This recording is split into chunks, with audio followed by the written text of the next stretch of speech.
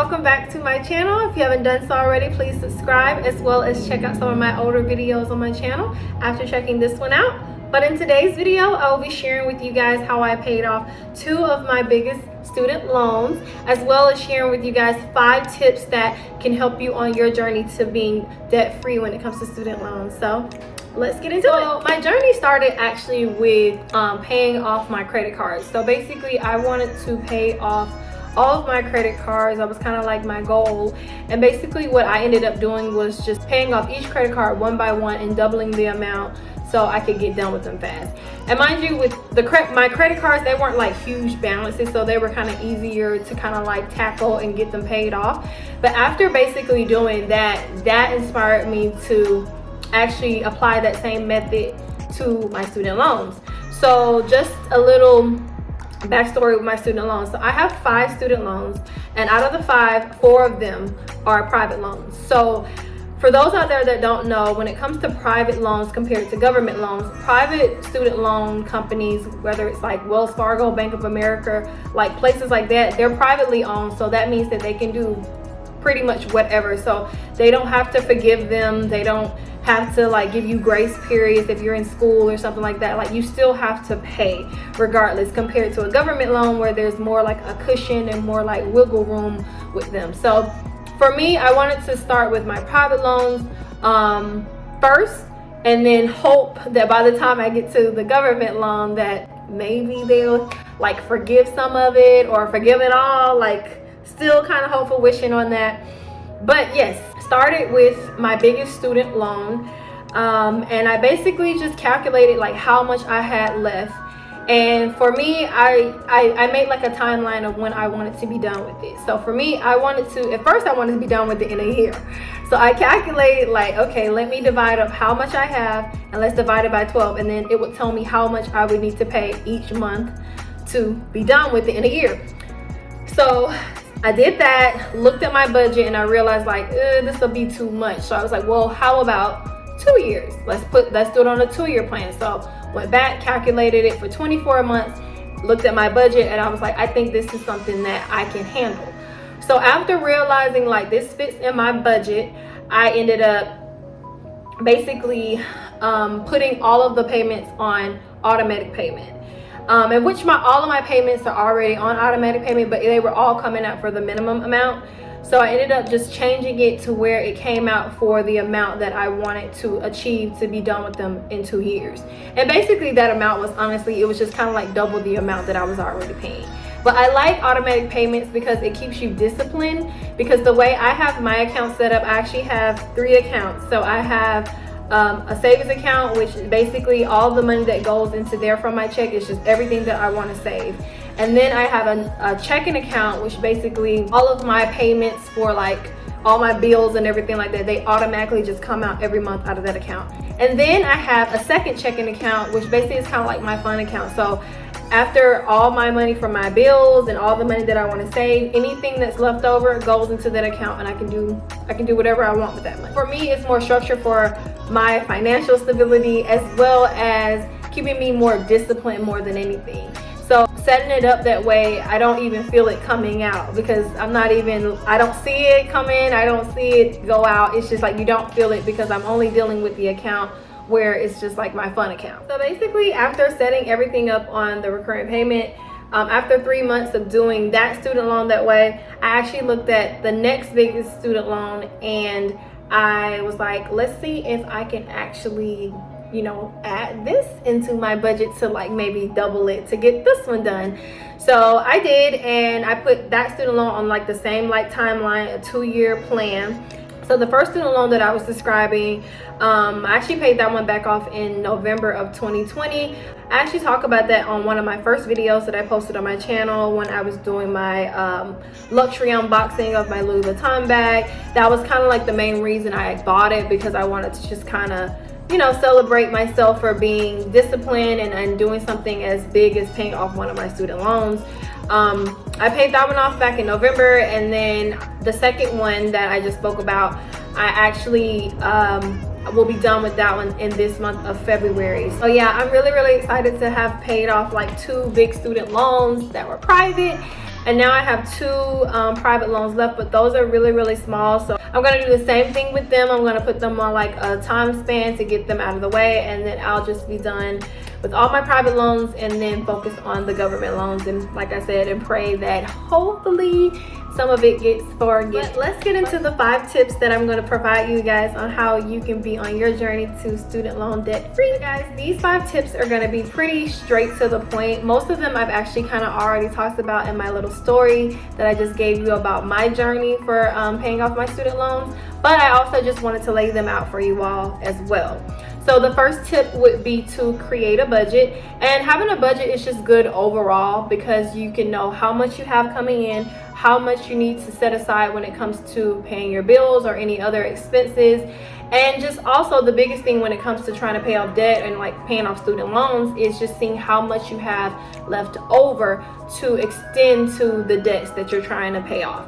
So like I said in my story, for me, I looked at my budget to see, hey, I have this amount of money left over. I think that I can maybe cut out X, Y, and Z and put this more into my debt to reach my goal. So guys, some small little tips when creating a budget is you can literally take a pen and a pad, write down all of your bills and add them up and compare them to the amount of money you have coming in. Also, there's another cool app that you can use when it comes to creating a budget. It's called Prism. I've used it in the past. It's really good for just putting all your bills in. It'll calculate it for you. You put in how much money you're getting in, like check-wise or any other additional income that you're getting in, and it will tell you like, hey, this is how much you have coming in, this is how much bills that you need to pay, and this is how much you have left over.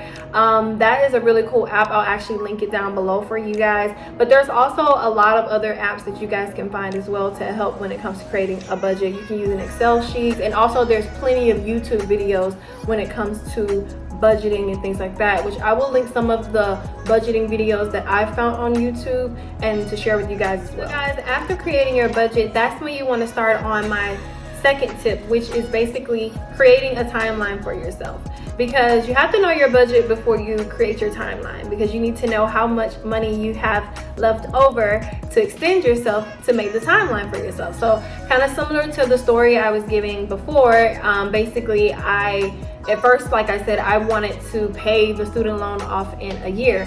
But then when I looked at my budget, I was like, okay, this is going to be a little too much for me. So that's when I went back to the drawing board, and then I calculated a timeline for 2 years.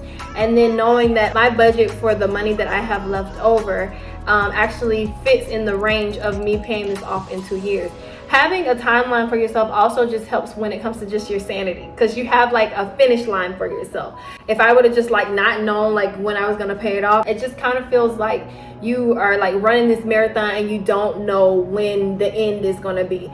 But when you know that, hey, I am gonna be paying this amount of money, I've calculated it, and it's gonna equal up to a 2-year span, you are already like thinking like, all right, let me just get to X, Y, and Z. Like for me, when I started this journey, it was in December of 2018, and basically it was the ending month of November 2020 of when I would be done with my payment. So I already knew in my head like, all right, all we gotta do is just get through 2019, get through the pretty much majority of 2020, and you'll be done. It really just gives you, if anything, some sanity and some clarity. So speaking of sanity, that brings me to my third tip, which would be to focus on each student loan at one time. So I know in my story that I gave you guys, I started with my biggest student loan and I'm working my way down to the smallest one. But you can also start with the smallest one and work your way up to the biggest one. It all just depends on how you want to do it. You don't have to do it exactly the way I did it. That was the way I wanted to do it. That was the way I wanted my journey to go. But you can do it whatever fits you best.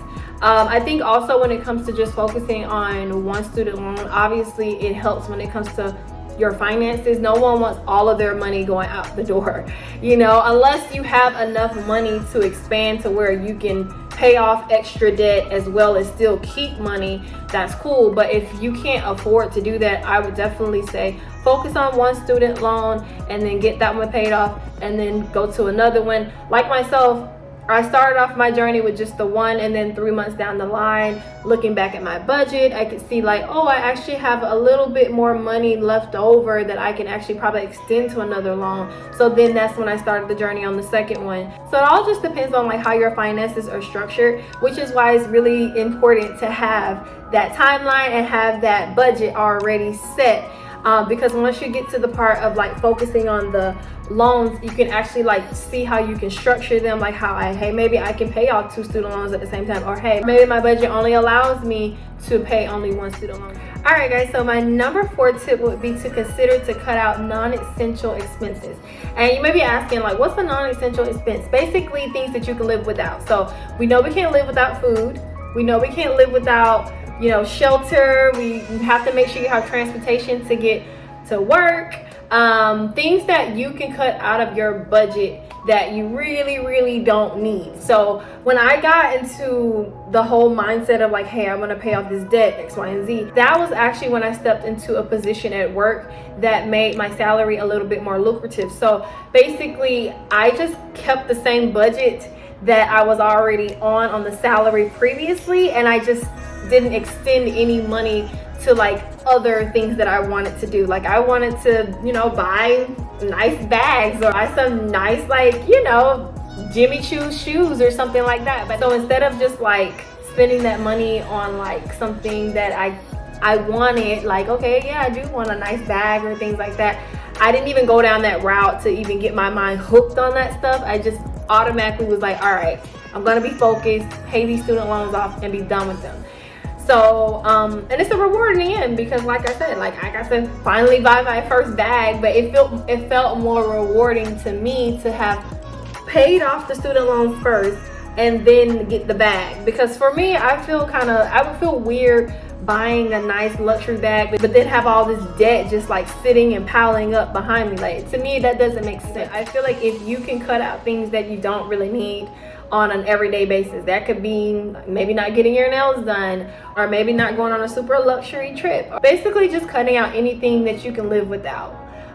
It really helps a lot in the end, and like I said, it's more rewarding once you're done to like reward yourself with those things. All right guys, and my number 5 tip actually kind of ties into my number 2 tip. Let's just say you're not in a space to create such a disciplined timeline, because I know everybody can't do stuff like that, and that's understandable, because at one point I couldn't do it. Like I said, what helped me the most was being blessed to step into a more lucrative position at work. But let's just say you're not in that space. My number 5 tip is, if you can't create a really disciplined, strict timeline, it would be just to make at least more than the minimum payment on your student loans. And that could be, hey, your student loan is $50, and instead of paying the minimum of $50, pay $100 or pay $70. Just something that can drive down the balance, as well as cutting down the interest, because the more money you put into the student loan, the faster you can get done with it. So obviously, before I went down this journey of paying off 2 of my student loans, before that, I mean, I was just pretty much, like I said, paying the bare minimum, and then I told myself like, all right, well, just at least pay a little bit more to help with the interest. And then when I got into a good space, work-wise, salary-wise, that's when I went down the whole, like, the list of everything that I just gave you all. But if you're not in a place to just be in a strict plan, I would say just at least put a little bit more money towards it until you can get into a space to put yourself on a timeline and to get them done. All right guys, so that concludes this video. I hope you found the 5 tips that I provided informative. If you have, you know, gone down the journey of paying off your student loans, or if you're on the journey, please comment below and let me know how it's going or how it went for you. And if you haven't done so already, please subscribe to my channel, as well as check out some of my older videos after checking this one out. And please give this one a big thumbs up if you liked it, and I will see you guys in my next video. Bye.